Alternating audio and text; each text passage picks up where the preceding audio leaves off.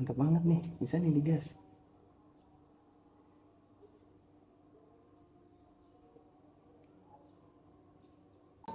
Oke lah kalau begitu, aku siap-siap dulu lah.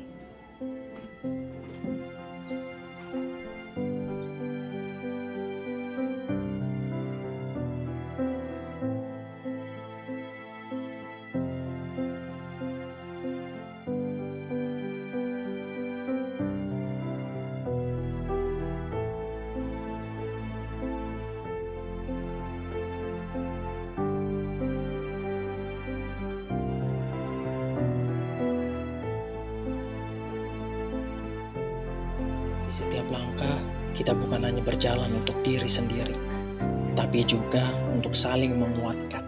Di dalam kebersamaan, harapan akan selalu tumbuh. Mari kita berbagi asa, karena mimpi besar tak perlu dijalani sendiri. Bersama kita bisa melewati segala tantangan dan meraih masa depan yang lebih cerah. Ketika kita berbagi harapan, kita juga menyalakan semangat dalam diri orang lain. Ayo terus berjuang dan jangan pernah menyerah. Karena di dalam hidup ini tak ada yang sendiri.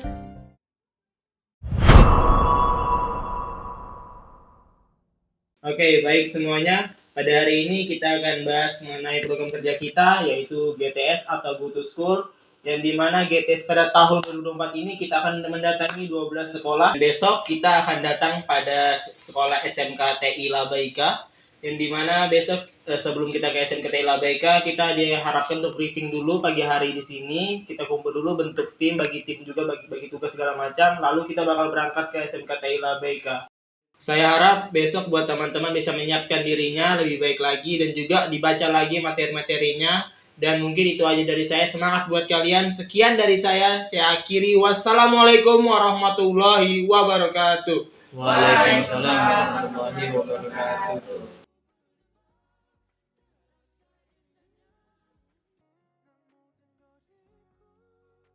Oke, Assalamualaikum warahmatullahi wabarakatuh. Selamat siang teman-teman semuanya. Waalaikumsalam warahmatullahi wabarakatuh. Sebelumnya mohon maaf ya, karena kami bakalan menyita waktu teman-teman mungkin sekitar 30 menit ke depan. Kami yang bakalan nemani teman-teman ke depannya seperti itu. Jadi mungkin juga sedikit pengenalan dulu ya teman-teman. Kami ini dari kampus Politeknik Negeri Samarinda, salah satu kampus yang ada di Samarinda. Mungkin teman-teman lebih familiar dengan sebutan kampus Polnes yang ada di Jalan Cipto Mangunkusumo seperti itu. Dan juga kami ini dari Forum Keluarga Mahasiswa Bidik Misi atau yang biasa dipanggil dengan sebutan Forum Kamadiksi teman-teman. Nah, dan Forum Kamadiksi sendiri di kampus Polnes itu bertugas sebagai perantara antara mahasiswa dengan pihak birokrasi seperti itu teman-teman. Dan juga mungkin sedikit menjelaskan, jadi tujuan kami ke sini antara lain itu sebagai untuk memberikan informasi kepada teman-teman sebagai kita di sini berbagi asa kepada teman-teman. Apa yang kami bagi yaitu sebuah informasi. Apa aja isinya? Yang pertama itu mulai dari pengenalan kampus kami yaitu kampus Polnes. Kemudian yang kedua itu cara mendaftarnya seperti apa. Dan cara mendaftar ini yang kami berikan itu bukan hanya bertujuan ke Polnes melainkan tingkatnya nasional, jadi seluruh Indonesia seperti itu. Kemudian yang ketiga itu cara mendaftar ke beasiswa KIP kuliah teman-teman. Dan juga mungkin sedikit perkenalan diri ya dari kami. Seperti itu, mungkin dimulai dari yang paling ujung. Oke, baik, perkenalkan nama saya Triansa dari jurusan Teknologi Informasi Prodi D3 Teknik Komputer. Oke, baik, terima kasih. Perkenalkan, nama saya Ilham Rahmanto, saya dari jurusan Teknik Mesin, Prodi D4 Mesin Produksi dan Perawatan. Mungkin bisa selanjutnya. Oke, sebelumnya mungkin sedikit perkenalan ya teman-teman. Jadi nama saya Muhammad Maulana, saya di Polnes kebetulan mengambil jurusan Teknologi Informasi. Untuk program studinya itu D4 Teknik Informatika Multimedia teman-teman. Nah mungkin langsung aja ya kita masuk ke materi yang pertama itu mengenai materi Polnes. Mungkin buat teman-teman bisa nih menyiapkan dulu buku, pulpen dan pensilnya untuk mencatat poin-poin penting yang bakalan kami sampaikan teman-teman. Oke, mungkin langsung aja ya kita mulai ke materi yang pertama itu mengenai materi Polnes teman-teman. Nah sedikit pengenalan tentang Polnes kami dan juga ada beberapa hal yang bakalan kami sampaikan seperti yang saya bilang tadi di awal mengenai perkenalan Polnes, kemudian jurusan-jurusan dan program studi yang ada di kampus kami, dan juga jalur masuknya itu seperti apa. Kemudian tentang beasiswa KIP kuliah teman-teman. Nah, apa sih itu Polnes? Kita mulai mungkin dari visi misinya. Di mana visi Polnes itu menjadi perguruan tinggi vokasi yang unggul di bidang rekayasa dan tata niaga pada tingkat nasional, teman-teman. Sementara untuk visinya itu ada 4. Yang pertama, menyelenggarakan pendidikan vokasi yang bertumpu pada peningkatan kualitas, perluasan akses, dan lulusan berdaya saing yang tinggi. Kemudian yang kedua, itu menyelenggarakan perkembangan dan peningkatan kualitas hasil karya intelektual yang aplikatif melalui kegiatan penelitian dan pengabdian masyarakat, teman-teman. Kemudian misi yang ketiga itu menyelenggarakan sistem tata kelola yang sehat, transparan, berkualitas, dan akuntabel sebagai penyelenggara organisasi yang sehat. Kemudian misi yang keempat itu ada menyelenggarakan jaringan kerjasama atau networking dan juga pencitraan publik, teman-teman. Nah, sedikit pengenalan tentang Polnes. Yang pertama, Polnes ini hadir pada tahun 1985, teman-teman. Dengan konsepsi sistem belajar itu 60% prakteknya dan 40% untuk teori. Kemudian yang kedua tentang akreditas kampus. Untuk akreditas kampus Polnes sendiri berdasarkan SK PT pada tahun 2018 itu sudah B. Kemudian untuk prodi dan jurusannya itu sudah A dan B seperti itu. Kemudian masuk ke jurusan dan program studi. Nah, untuk di Polnes sendiri ini sudah memiliki 10 jurusan, teman-teman. Kemudian terdapat 26 untuk program studi per tahun 2023 seperti itu. Kemudian yang keempat mengenai fasilitas. Nah, fasilitas kampus sendiri ini ada hanya beberapa yang saya sebutkan, antara lain itu seperti masjid, workshop, laboratorium, dan juga gedung kelas yang dilengkapi dengan AC dan WiFi setiap kelasnya, teman-teman. Kemudian yang kelima mengenai sistem paketan di Polnes. Jadi di Polnes ini agak berbeda dengan universitas lain di mana Polnes ini sistemnya paketan. Jadi ketika teman-teman mengambil D3, maka teman-teman wajib selesai 3 tahun. Nggak bisa lebih, nggak bisa kurang. Begitu juga dengan S1, di mana harus selesai dalam 4 tahun. Kita next ya. Nah, kemudian jurusan dan program studi yang ada di Polnes. Teman-teman ada yang tahu nggak apa sih bedanya jurusan dan program studi? Oke, kalau misalkan nggak ada, sedikit saya jelaskan ya. Jadi analoginya itu seperti nasi putih di dalam sebuah mangkok. Seperti itu. Jadi jurusan adalah wadahnya atau mangkoknya, sementara program studinya adalah nasi putih yang bisa dikembangkan menjadi seperti misalkan nasi goreng, nasi kuning, nasi liwet, seperti itu, teman-teman. Mungkin sudah paham ya sedikit perbedaannya. Kita next. Nah, mungkin langsung aja kita masuk ke jurusan yang pertama, itu ada jurusan akuntansi, di mana terdapat 3 program studi. Yang pertama ada D3 akuntansi, yang kedua S1 terapan akuntansi manajerial, kemudian yang ketiga itu S1 terapan keuangan perbankan, teman-teman. Di mana jurusan akuntansi ini mempelajari memiliki kompetensi kemampuan manajemen di bidang akuntansi dan juga biaya auditing dan perpajakan. Kita next. Nah, yang berikutnya ada jurusan administrasi bisnis, di mana terdapat 2 program studi. Yang pertama itu D4 bisnis digital dan yang kedua itu S1 terapan manajemen pemasaran, teman-teman. Nah, bisnis digital sendiri itu mempelajari mengenai perencanaan keadministrasian serta perencanaan suatu organisasi seperti itu. Kita lanjut. Nah, berikutnya ada jurusan pariwisata, di mana terdapat 2 program studi. Yang pertama ada D3 pariwisata dan yang kedua S1 terapan usaha perjalanan wisata. Nah, di mana jurusan pariwisata ini memiliki suatu program di mana setiap mahasiswanya dapat mempelajari industri pariwisata dan bisnis jasa kepariwisataan, teman-teman. Oke, kita lanjut. Berikutnya ada jurusan teknik elektro. Nah, ini terdapat 2 program studi ya, teman-teman. Yang pertama D3 teknik listrik dan yang kedua itu S1 terapan teknik listrik. Nah, di mana jurusan teknik elektro ini memiliki pengetahuan, terapan, keterampilan, dan dasar teknologi di bidang teknik listrik dan industri. Kemudian kita lanjut ke jurusan teknologi informasi. Ini terdapat 4 program studi. Yang pertama itu ada D3 teknik informatika, kemudian yang kedua D3 teknik komputer, kemudian S1 teknik informatika multimedia, dan yang terakhir itu ada S1 teknologi rekayasa komputer, teman-teman. Di mana jurusan teknologi informasi ini mempelajari seperti basis data, web internet, multimedia, dan programmer dengan pengembangan industri mengikuti tahun berjalan seperti itu. Kemudian kita next itu ada jurusan teknik mesin, teman-teman. Nah, jurusan teknik mesin ini ada 3 program studi. Yang pertama itu D3 perawatan dan perbaikan mesin, kemudian yang kedua D3 teknik alat berat, dan yang ketiga itu ada S1 terapan teknik mesin, produksi dan perawatan, teman-teman. Di mana jurusan teknik mesin ini memiliki kompetensi dalam rekayasa dan konstruksi mesin, kemudian manajemen maintenance, dan analisis identifikasi bahan. Kemudian kita next. Berikutnya ada jurusan teknik kimia. Nah, jurusan teknik kimia ini terdapat 2 program studi. Yang pertama D3 petrooleokimia, dan yang kedua itu S1 terapan teknologi kimia industri. Nah, jurusan teknik kimia sendiri ini jurusan yang berkompeten pada fundamental teknologi kimia industri dan pemahaman pada sifat bahan berdasarkan pengetahuan struktur makro. Seperti itu. Kita lanjut. Berikutnya ada jurusan desain, teman-teman. Nah, untuk jurusan desain sendiri ini terdapat 2 program studi. Yang pertama itu S1 terapan desain produk kayu dan serat, Kemudian yang kedua itu S1 terapan arsitektur bangunan gedung, di mana jurusan desain ini memiliki suatu kompetensi dalam desain bangunan maupun produk dengan freehand maupun software, teman-teman. Oke, kita lanjut ya. Berikutnya ada jurusan teknik sipil, di mana terdapat 3 program studi. Yang pertama itu S1 terapan teknologi rekayasa konstruksi bangunan gedung, kemudian yang kedua itu S1 terapan rekayasa jalan dan jembatan, dan yang terakhir itu S1 terapan teknologi rekayasa konstruksi bangunan air. Nah, di mana jurusan teknik sipil ini mempelajari dalam perencanaan, pengawasan, dan perhitungan pekerjaan teknik sipil. Seperti itu, kita lanjut. Nah, ini jurusan yang terakhir itu ada jurusan kemaritiman, teman-teman, di mana terdapat 3 program studi. Yang pertama itu D3 Ketata Laksanaan Pelayaran dan Pelabuhan, kemudian yang kedua itu D3 Teknika, dan yang terakhir itu D3 Nautika, teman-teman. Nah, jurusan kemaritiman sendiri ini mempelajari navigasi laut, pengendalian, pengawasan kapal, serta basis data dalam kemaritiman, teman-teman. Nah, selanjutnya, itu tadi sedikit pengenalan dan pemaparan tentang kampus kami, teman-teman. Jadi kampus Politeknik Negeri Samarinda ini terdapat 10 jurusan dan 26 program studi. Mungkin itu tadi sedikit penyampaian tentang kampus kami. Kita lanjut ke pematerian berikutnya, itu mengenai cara jalur masuk atau mendaftar ke perguruan tinggi yang bakalan disampaikan oleh Bang Ilham. Oke, baik, mungkin saya sedikit akan menjelaskan tentang SNPMB atau Seleksi Nasional Penerimaan Mahasiswa Baru.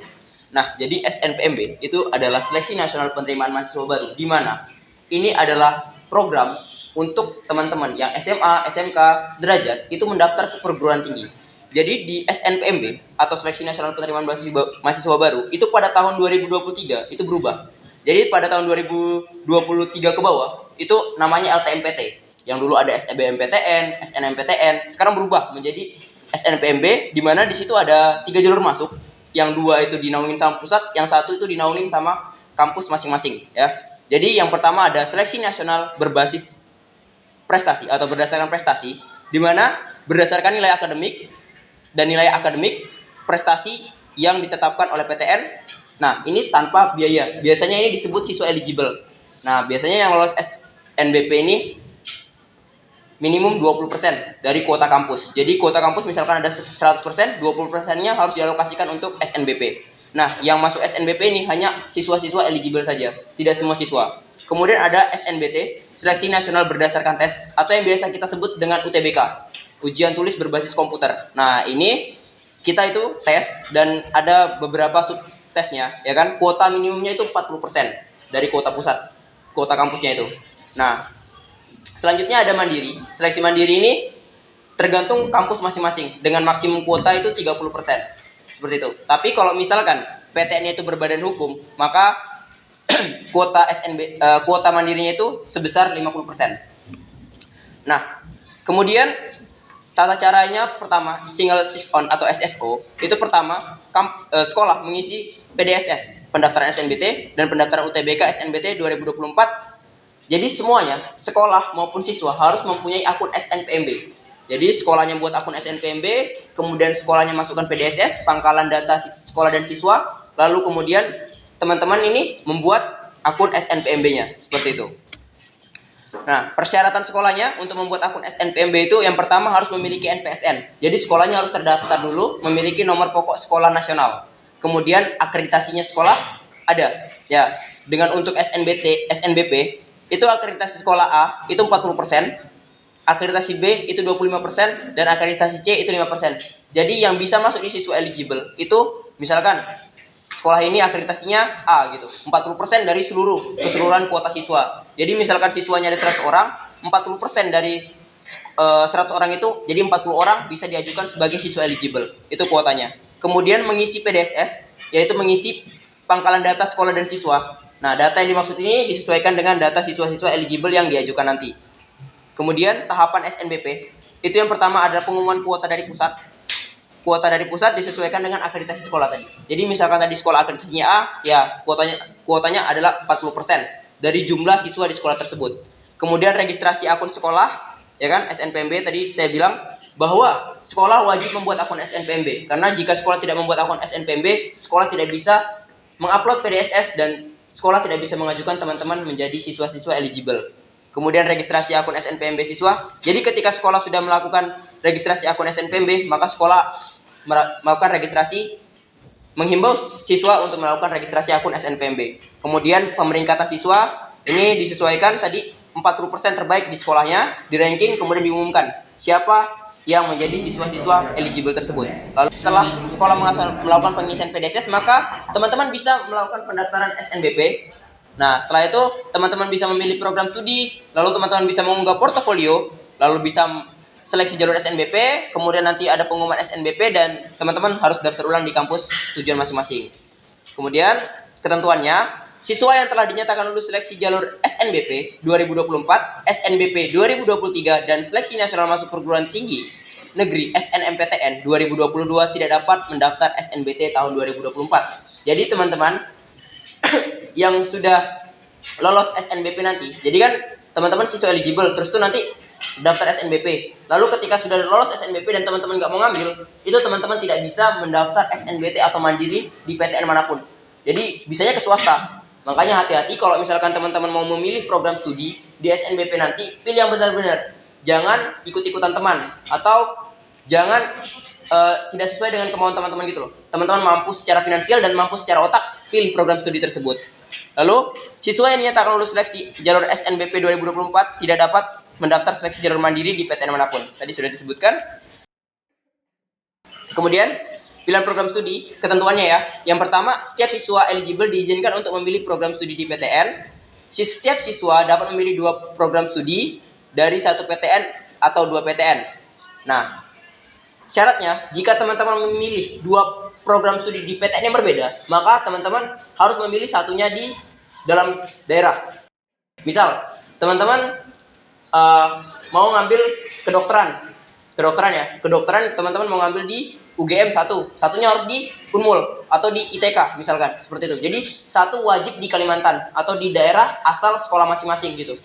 Kalau misalkan 2 program studi, misalkan teman-teman memilih di dalam daerah aja, maka bisa 2 program studi itu di dalam daerah semua. Misalkan prodi pertama pilihannya sistem informasi di Unmul, pilihan keduanya itu teknologi informasi di Polnes, itu sangat diperbolehkan seperti itu. Nah, untuk jadwalnya, itu pengumuman kuota sekolah itu di tanggal 28 Desember 2023, masa sangga kuota sekolah itu 28 Desember 2023 hingga 17 Januari 2024, pengisian PDSS itu 9 Januari sampai 9 Februari, pendaftaran SNBP itu 14 sampai 28 Februari, dan pengumuman hasil SNBP itu di tanggal 26 Maret. Nah, jadi setiap pelaksanaan ini diawali di jam 3 sore waktu Indonesia bagian Barat dan diakhiri jam 3 sore waktu Indonesia bagian Barat, atau di kita itu jam 4 sore. Jadi dimulai dari jam 4 sore, diakhiri di jam 4 sore waktu Indonesia bagian tengah. Seperti itu. Lalu untuk SNBT ya. Pertama teman-teman, ini kan nggak semuanya siswa eligible ya di kelas ini kan. Nggak semuanya siswa eligible. Jadi pasti ada yang non-eligible. Nah, yang non-eligible ini melakukan pendaftaran UTBK. Misalkan teman-teman mau kuliah semuanya, maka teman-teman bisa melaksanakan UTBK atau SNBT ini. Yang pertama teman-teman sama membuat akun SNPMB dulu, kemudian teman-teman mendaftar SNBT, lalu melengkapi biodata, memilih program studi dan mengunggah portofolio, memilih pusat UTBK, melakukan pembayaran, dan mengunduh kartu peserta UTBK. Seperti itu. Jika sudah, nanti teman-teman tinggal pelaksanaan UTBK saja, kayak gitu kan. Nah, ketentuan umumnya, peserta SNBT hanya diperbolehkan mengikuti SNBT 2024 sebanyak 1 kali. Jadi, SNBT ini ada 2 gelombang, tapi pembukaan pendaftarannya itu hanya 1 kali. Nah, jadi teman-teman hanya bisa memilih mau di gelombang pertama atau di gelombang kedua. Kalau teman-teman mau pilih gelombang pertama, itu biasanya daftarnya di awal-awal. Tapi kalau misalkan teman-teman mau milih di gelombang kedua, maka daftarnya di pertengahan hingga di akhir. Seperti itu.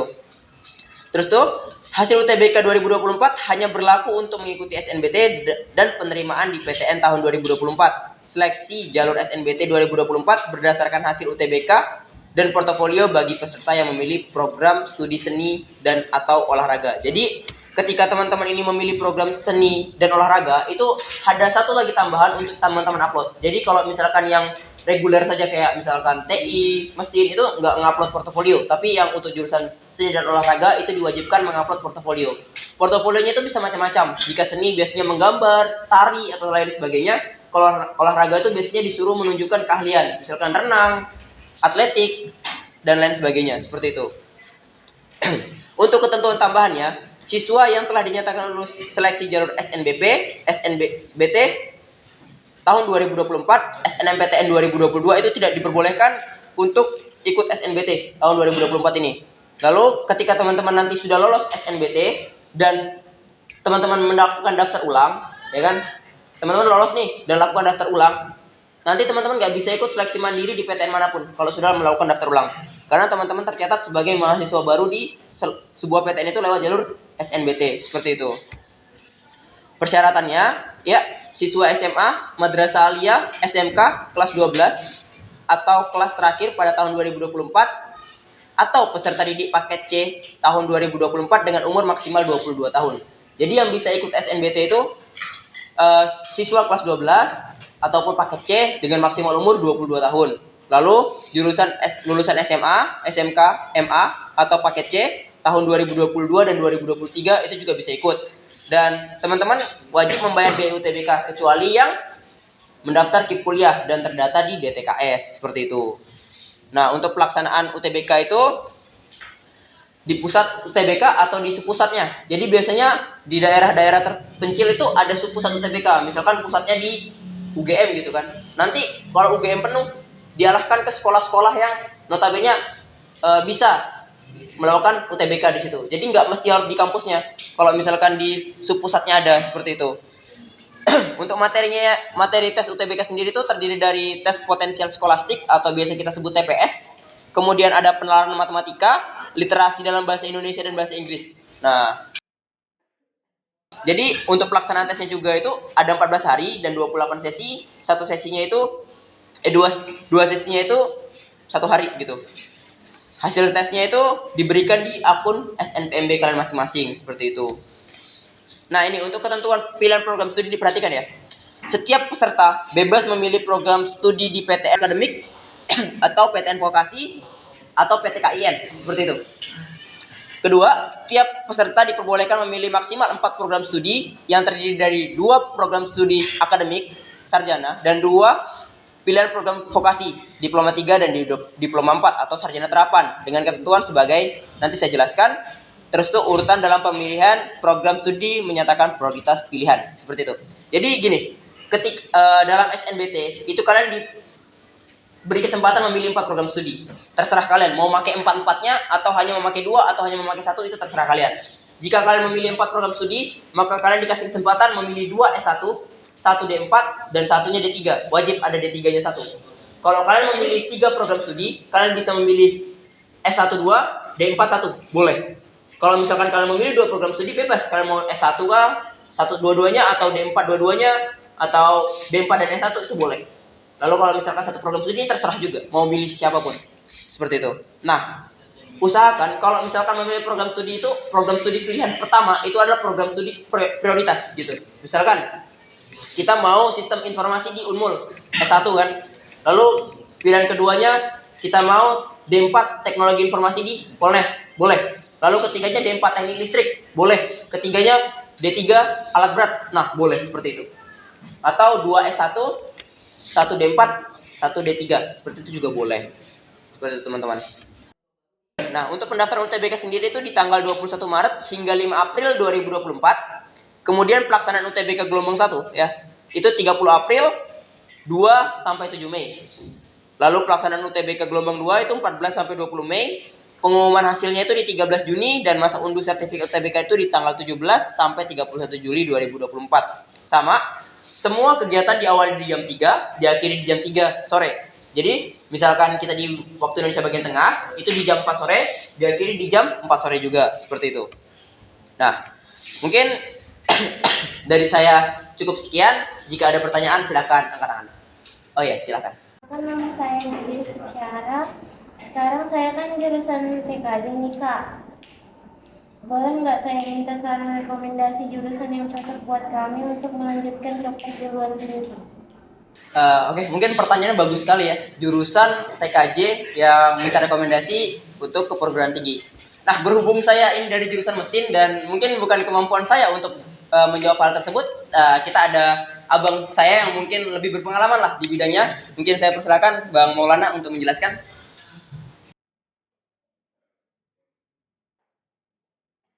Oke. pertanyaan tadi cukup bagus ya. Apa sih yang mau rekomendasi apa sih Bang yang bagus untuk jurusan TKJ ke perguruan tinggi atau teknik komputer dan jaringannya TKJ? Jadi mungkin memang benar kalau kita ini dari siswa ke mahasiswa, kita ini pengen ngambil jurusan apa itu memang cukup sulit untuk menentukan jurusan apa yang bagus. Tapi yang jelas semua jurusan itu bagus. Nah, kita kembali ke pembahasannya. Jurusan apa sih Bang yang cocok buat TKJ? Terus mau lanjut ke perkuliahan itu ada jurusan apa? Jadi sebenarnya ada beberapa jurusan yang bisa teman-teman masukin. Jadi mungkin kalau dari saya, ini nyebutnya semua jurusan ya. Kita nggak tahu apakah nanti di universitas lain itu sebuah program studi seperti itu. Jadi kita sebut aja semuanya jurusan. Yang pertama kalau rekomendasi saya itu seperti jurusan teknik informatika, di mana jurusan ini nih memperdalam ilmu tentang pemrograman, pengembangan software, dan teknologi informasi teman-teman. Nah, teman-teman bakalan belajar mendalam tentang algoritma, struktur data, dan berbagai bahasa pemrograman. Kemudian yang kedua itu ada jurusan seperti misalkan sistem informasi. Nah, jurusan ini nih fokus ke dalam pengelolaan informasi dan integrasi teknologi teman-teman. Di mana jika teman-teman tertarik bagaimana teknologi dapat digunakan untuk memecahkan masalah bisnis, nah ini cocok banget nih buat teman-teman yang pengen masuk ke jurusan sistem informasi. Kemudian yang ketiga itu ada jurusan seperti misalkan teknik komputer. Nah jurusan ini menggabungkan ilmu komputer dengan elektronika seperti itu teman-teman. Nah mempelajari hardware dan software bekerja sama dengan yang sangat sesuai nih dengan jurusan TKJ yang teman-teman sekarang miliki.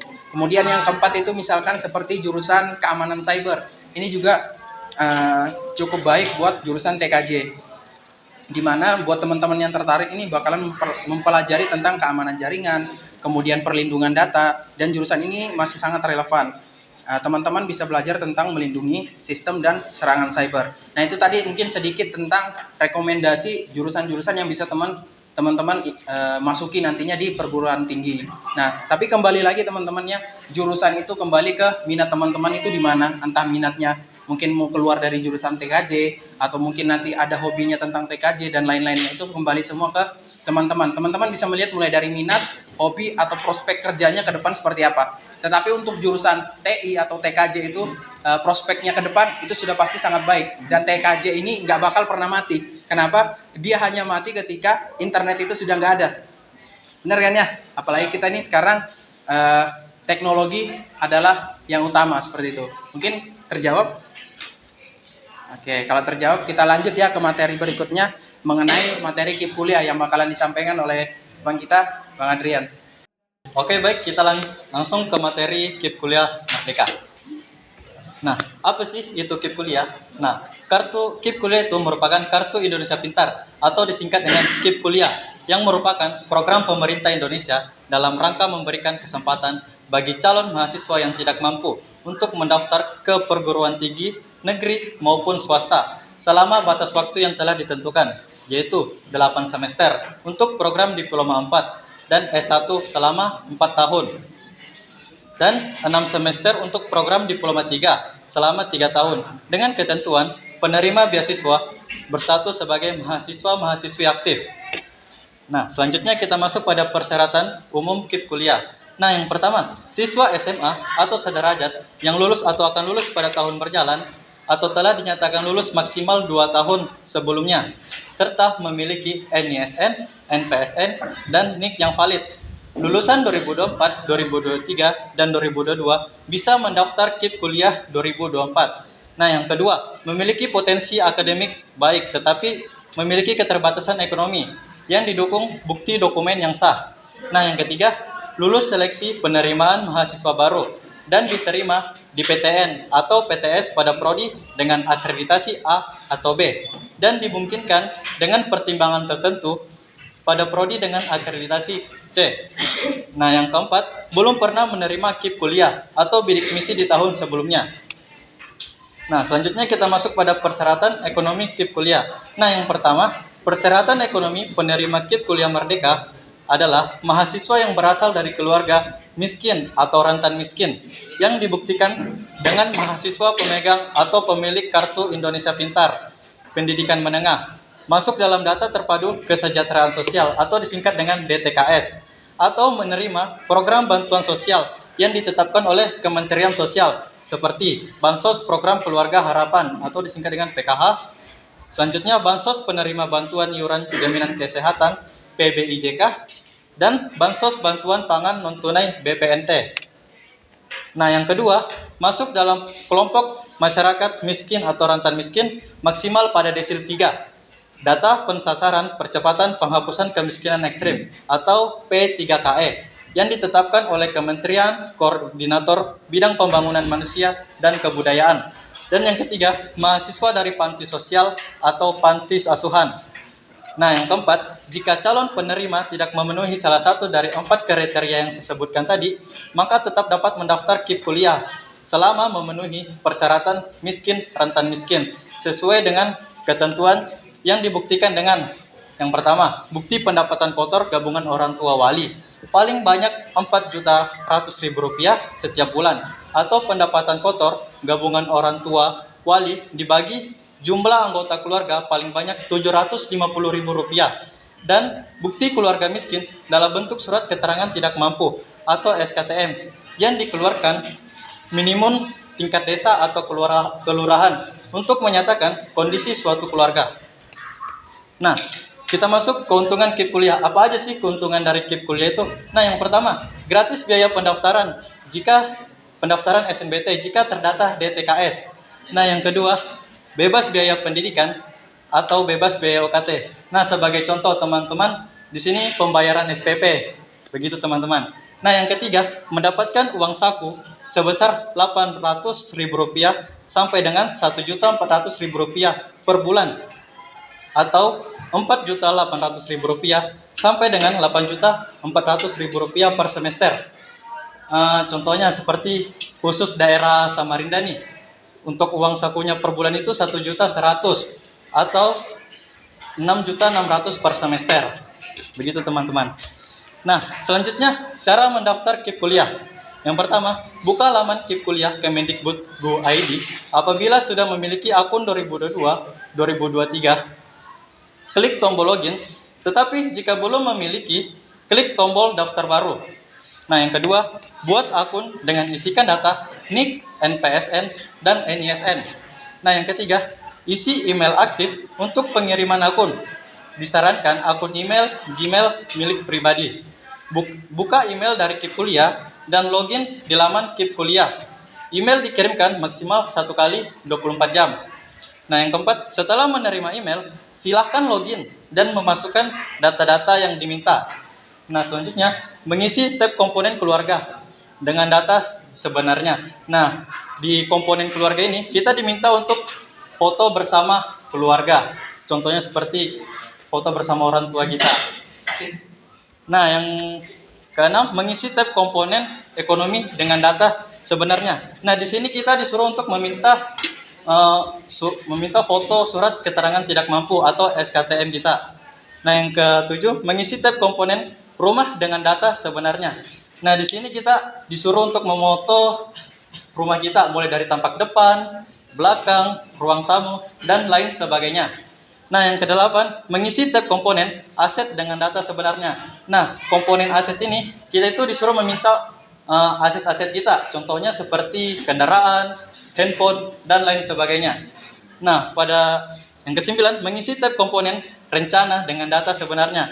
Nah, pada komponen rencana ini, kita disuruh mengisi di mana kita akan berencana tinggal di Samarinda, khususnya contohnya seperti kita di luar daerah nih, mau ngekos. Itu bisa dimasukkan pada komponen rencana. Nah, selanjutnya, yang terakhir, mengisi tab komponen seleksi PTN. Nah, di sini meminta di mana kita mengisi seleksi PTN kita, di mana kita akan masuk, apakah jalur SNBP, SNBT maupun mandiri.